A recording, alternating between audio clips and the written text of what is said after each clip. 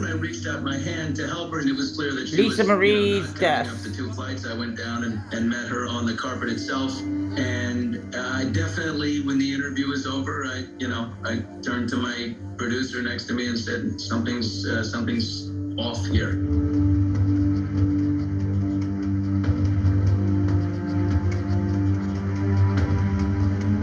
She was slurring her speech. She had drooping eyelids. She was unsteady on her feet and actually had to hold on to somebody to stand up.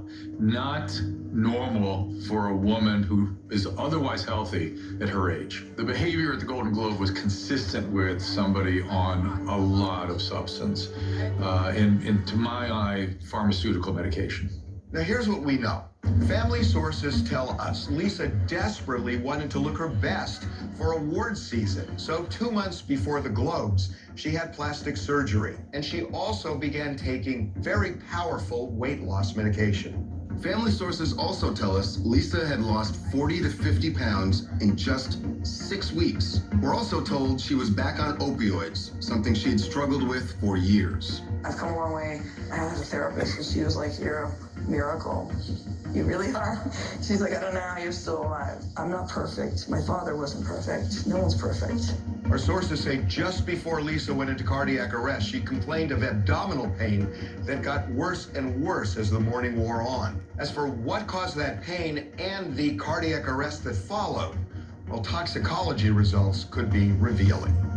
Whatever the autopsy reveals, Lisa's death was eerily similar to what happened to her dad in 1977. Elvis Presley died today. He was 42. Apparently, it was a heart attack. He was found at his home in Memphis, not breathing. His road manager tried to revive him. He failed. A hospital tried to revive him. It failed. His doctor pronounced him dead at 3 o'clock this afternoon. As we know, Elvis also struggled with severe drug addiction. And yes, he also died after suffering a cardiac arrest at 42. So it was 1977, and Lisa was just 9 at the time. She was staying at Graceland when she heard all of this commotion coming from her father's bathroom. She was quickly ushered away as friends and staffers tried desperately to save her father's life. I will never forget that upstairs up in Elvis's bathroom where we found him. I was there with him trying to revive him.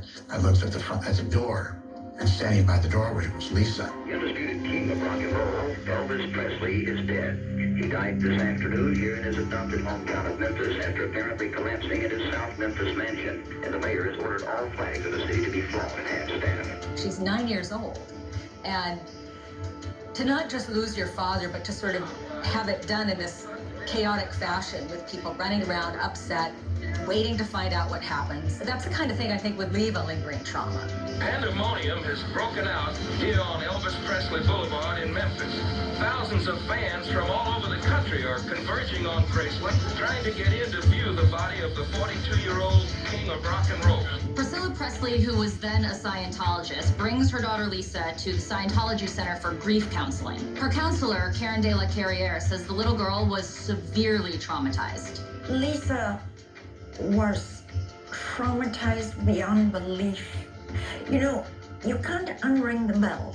You can't not see a stuck picture in the mind. I believe she had this memory in the deep freeze in her mind that she couldn't. It wasn't just the picture, it was the emotions, the mood, the feelings at that moment. When I see pictures of you from when you were growing up, you don't look very happy. Why? I don't know, I was sort of